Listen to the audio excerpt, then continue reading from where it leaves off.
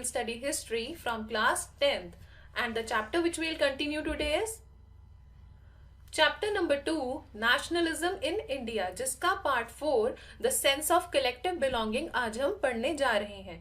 तो अब तक के अपने इस चैप्टर में हमने ये जाना है कि किस तरह से अलग अलग कम्युनिटीज के लोग यूनाइट अप हुए थे ताकि वो फ्रीडम स्ट्रगल जो है उसको कैरी कर सके, इंडिया को आजाद करा सके। अब हम ये जानेंगे कि किस तरह से नेशनलिज्म की जो फीलिंग थी, कलेक्टिवनेस की जो फीलिंग थी, उसे लोगों के अंदर इनकलकेट किया गया। So let's get started. सबसे पहले अगर बात करें कि नेशनलिज्म जो है वो लोगों में स्प्रेड कैसे किया जाए, किस तरह से उन्हें ये बिलीव कराया जाए, तो बेसिकली क्या है कि नेशनलिज्म अगर हम कंसेप्ट की बात करें तो ये है क्या, एक इस तरह का बिलीफ है, एक ऐसी विचारधारा है जहां आप ये सोचते हैं कि हम एक देश के वासी हैं, we belong to one nation. अब ये जो सेंस होती है ना कलेक्टिवनेस की, एक कलेक्टिव बिलोंगिंग की, इसमें क्या चीज है कि अलग अलग तरीकों से आपके अंदर आती है, आपके अलग अलग जो एक्सपीरियंसेस होते हैं उसकी वजह से। अब जैसे अगर हम बात करें पास की, तो जिस वक्त लोग सब इकट्ठे होके स्ट्रगल कर रहे थे देश को आजाद कराने के लिए, तो उनके अंदर ये एक फीलिंग थी, एक सेंस थी कि हम एक नेशन से बिलोंग करते हैं और हम सब एक हैं।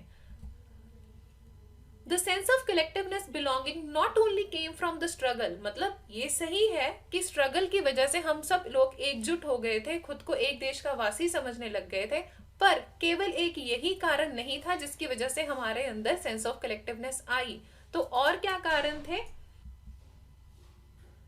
Well it also come through stories, folk song, symbols and paintings. यानी जब हम बात करते हैं कि कैसे आप नेशनलिज्म इनकलकेट कर सकते हैं किसी इंसान के अंदर, तो ये जरूरी नहीं है कि अगर उन सब ने एक फ्रीडम स्ट्रगल में पार्टिसिपेट किया था, अपने देश के लिए कोई उन्होंने जंग लड़ी थी तभी, बट आप ये चीज इनकलकेट कर सकते हैं लोगों के अंदर। किस तरह से? स्टोरीज की वजह से, फोक सॉन्ग्स यानी जो लोकगीत होते हैं उनकी वजह से, या कुछ इस तरह के सिंबल्स या पेंटिंग्स तैयार किए जाते हैं जिससे कि आप लोगों के अंदर ये फीलिंग जो है इनकलकेट कर सकते हैं।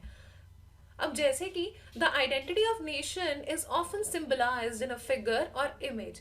अगर आपको याद हो, हमने आपको प्रीवियस एक चैप्टर में जहां पे हमने यूरोप के अंदर नेशनलिज्म के बारे में बात की थी, वहां क्या पढ़ाया था कि कुछ इस तरह के फीमेल फिगर्स, एलिगोरीज या इमेजेस का इस्तेमाल किया गया था सो दैट जो लोग हैं उनके अंदर क्या हो, एक कॉमननेस उनके महसूस हो, उनके अंदर नेशनलिज्म जो है वो फीलिंग जो है एक कलेक्टिव बिलोंगिंग की इनकलकेट हो।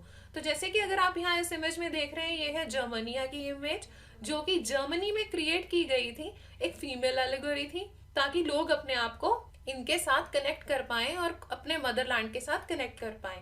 साथ ही अगर आप ये दूसरी इमेज देख रहे हैं, मैरियान की इमेज, जो कि फ्रांस की तरफ से यूज किया गया था, which was again a symbol of what, nationalism, एक आइडेंटिटी दी गई अपने देश को। तो उसी तरह से अगर बात करें इंडिया की, तो इंडिया जो है उसे हम कैसे आइडेंटिफाई करते हैं? एज भारत माता। तो यहाँ जो आप ये इमेज देख रहे हैं ये है भारत माता, जो बेसिकली इंडिया को रिप्रेजेंट कर रही है, एक फीमेल एलिगोरी है अगेन। और हम अपने कंट्री को जब डिनोट कर रहे हैं, हम क्या क्या वर्ड यूज करते हैं कि वो मदरलैंड है हमारा। तो ये एक मदर फिगर जो है, इनको इस्तेमाल किया गया, एक सिंबल के तौर पे एक आइडेंटिटी दी गई हमारे देश को। अब अगर बिल्कुल स्टार्टिंग की बात करें, बिगिनिंग की बात करें, तो at first the image was created by Bankim Chandra Chattopadhyay.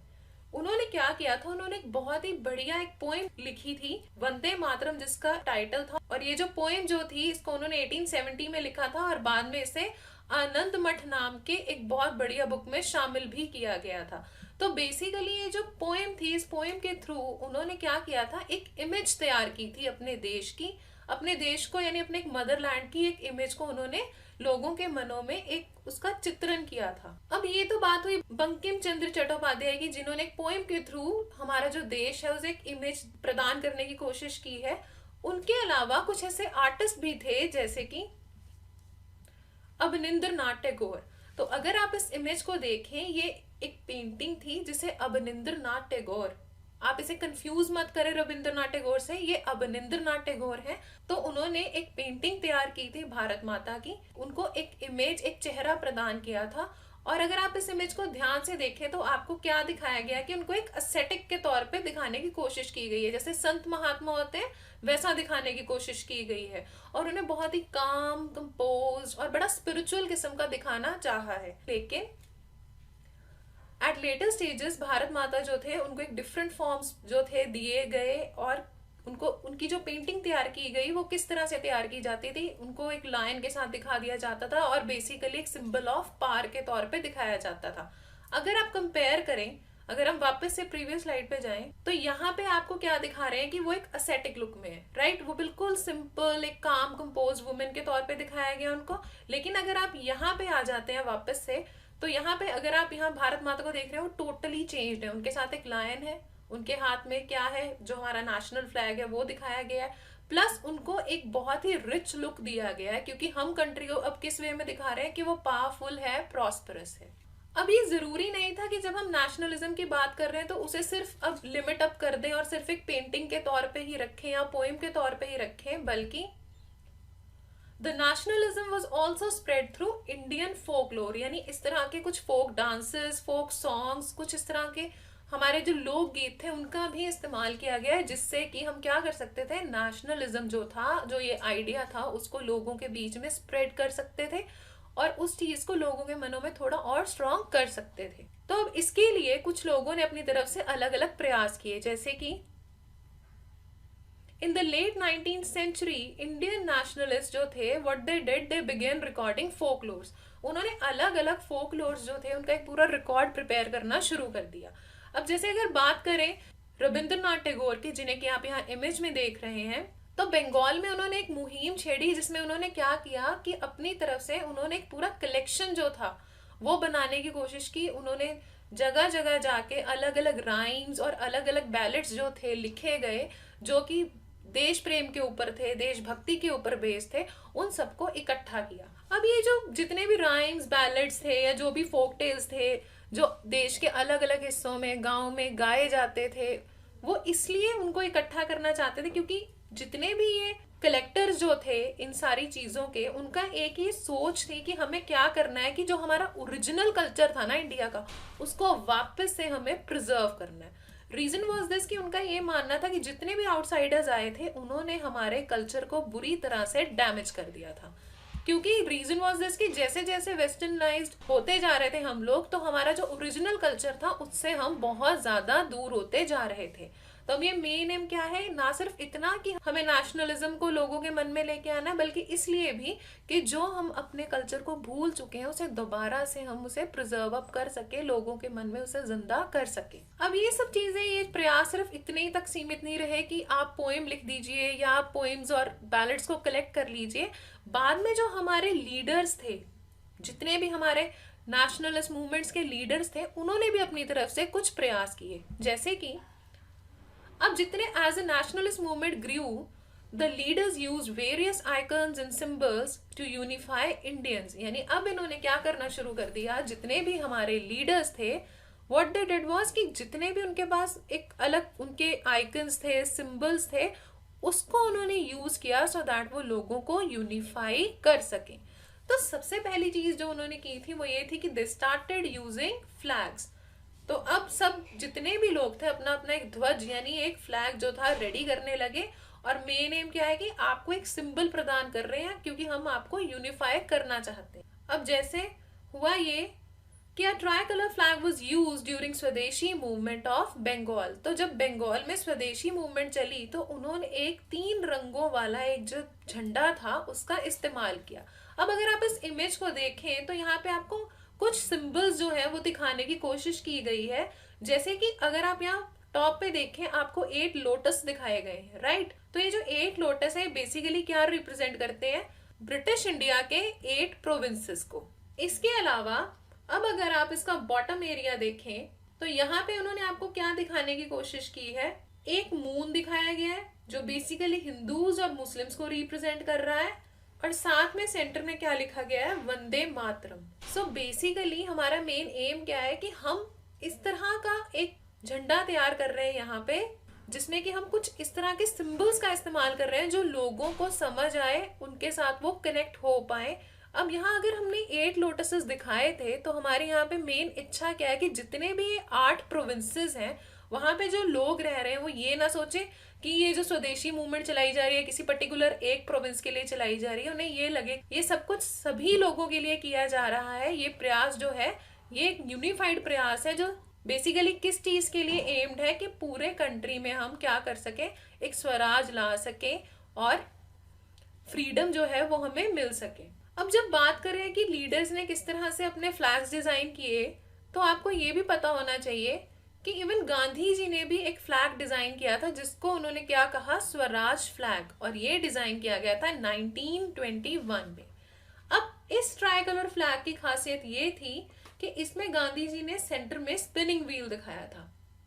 अब यहाँ स्पिनिंग व्हील दिखाने के पीछे उनका मेन जो एक आइडल था वो था सेल्फ हेल्प, यानी वो यहाँ पे क्या चाहते हैं कि हमें अब खुद ही अपनी मदद करनी होगी, आत्मनिर्भर बनना पड़ेगा, सो दैट हम जो है अपने प्रोटेस्ट को जारी रख सकें, अपने आप को ब्रिटिश रूल से आजाद करवा सकें। अब इसके अलावा और हमारे पास ऐसे कौन से वेज थे जिससे कि हम नेशनलिज्म को स्प्रेड कर सकते थे। अब तक हमने अगर स्टेप बाय स्टेप चलें तो हमने अब तक क्या क्या चीज जान ली है। यहाँ पे फर्स्ट ऑफ ऑल तो यहाँ पे क्या हो रहा है कि पेंटिंग्स को बनाया जा रहा है, राइट, पोएम्स लिखी जा रही हैं या कलेक्ट की जा रही हैं। फिर बात आई थी फोक सॉन्ग्स की, या जितनी भी हमारे फोक टेल्स थी। उसके बाद फ्लैग्स डिजाइन किए गए जिसमें कि इस तरह के सिंबल्स का इस्तेमाल किया गया कि लोग उसके साथ कनेक्ट हो पाए। अब इसके अलावा another way of creating a feeling of nationalism was through Indian history. आपको ये बात बताते हैं कि जैसे जैसे ब्रिटिश रूल जो था यहाँ पे अपनी एक पूरी ग्रिप बनाता गया इंडिया में, तो सबसे पहले उन्होंने ये जताने की कोशिश की कि जो इंडिया है, उनकी जो फिलॉसफी है, जो सोच है, वो बहुत पुरानी है, और उन्होंने उसे एक तरह से आप कह सकते हैं कि डिमिनिश करने की कोशिश की थी। बट जब लोगों ने ये सोचा कि हमें इंडियन हिस्ट्री को दोबारा से ग्लोरीफाई करना है, तो उसके लिए उन्होंने क्या करना शुरू किया। The writers began to write about Indian architecture, art, science and mathematics, culture and religion, law and philosophy। तो अब ये अलग अलग जो ये आप देख रहे हैं चीजें हैं, जो ये टॉपिक्स हैं, इनके ऊपर बहुत सारे जो राइटर्स थे उन्होंने लिखना शुरू किया ताकि जो लोग हैं वो समझ सके कि Indian architecture, art and science जो था वो कितना बढ़िया था। तो हमारा जो पास्ट था उसको दोबारा से क्या करना शुरू किया गया, ग्लोरीफाई। और ये इसलिए किया गया ताकि लोग जो हैं वो अपने पास्ट को जान सके, समझ सके, उसके ऊपर गर्व महसूस कर सके, सो दैट उन्हें जो एक नेशनलिज्म की जो एक फीलिंग होती है हमारे मन में, वो उनके अंदर और ज्यादा स्ट्रेंथ जो है वो गेन कर सके, सो दैट उनको एक जुड़ाव महसूस हो अपनी हिस्ट्री से, अपने कल्चर से। अब हालांकि हमने अपनी अब तक की स्टोरी में ये जाना कि बहुत से लोगों ने बहुत ज्यादा अच्छे तरीके से प्रयास करने की कोशिश की है, क्योंकि मेन एम ये है कि हमारे अंदर एक कलेक्टिव बिलोंगिंग वाली जो फीलिंग है वो बहुत ज्यादा स्ट्रांग हो सके, इनकलकेट हो सके। लेकिन यहाँ पे भी ना कई बार कुछ कॉन्ट्रोवर्सीज हो जाती थी अराइज। अब कॉन्ट्रोवर्सी किस वजह से अराइज होती थी, देखिए आपको ये पता है कि हमारे देश में क्या चीज है कि अलग अलग धर्मों के अलग अलग विचारधाराओं वाले लोग रहते हैं, लेकिन प्रॉब्लम क्या हो जाती थी कि these efforts to unify people जो होते थे ना, वर ऑल्सो नॉट फ्लॉलेस। अब इसमें रीजन क्या था कि जितने भी सिंबल्स जो हम ड्रॉ करते थे, राइट, या जितनी भी हम पेंटिंग्स ड्रॉ करते थे, the symbols were drawn with Hindu iconography and Hindu past was glorified. तो इस वजह से जो अदर कम्युनिटीज थी ना, the started feeling left out. अगर आपने ध्यान दिया हो कि अब तक हमने जितनी भी पेंटिंग्स के बारे में बात की है जो इंडिया से कनेक्टेड है, उसमें हमने क्या दिखाने की कोशिश की है, मतलब जितने भी हमारे पेंटर्स या आर्टिस्ट हैं उन्होंने एक हिंदू आइकोनोग्राफी को ही प्रमोट किया है। तो बहुत से ऐसे लोग भी थे जिनको ये लगता था कि नहीं, हमारी कम्युनिटी से रिलेटेड कुछ नहीं दिखाया गया है और हमें थोड़ा अलग और एक बिल्कुल सेपरेट सा कर दिया गया। तो ऐसे में वो लोग थोड़ा लेफ्ट आउट फील करते थे, जिसकी वजह से कई बार बहुत सी कंट्रोवर्सीज या बहुत सी ऐसी एब्सर्ड सिचुएशंस जो थी वो अराइज हो जाती थी। सो आई होप अब आपको ये समझ आ गया होगा कि कलेक्टिव बिलोंगिंगनेस जो होती है, एक जो आइडिया है नेशनलिज्म का, उसको अगर आप इनकलकेट करना चाहते हैं तो उसके लिए किस तरह से प्रयास किए जाते हैं। और ये भी आप जान चुके हैं कि इन प्रयासों में भी कई बार किसी न किसी तरह की कंट्रोवर्सी अराइज हो जाती है। So with this we come to an end of our chapter.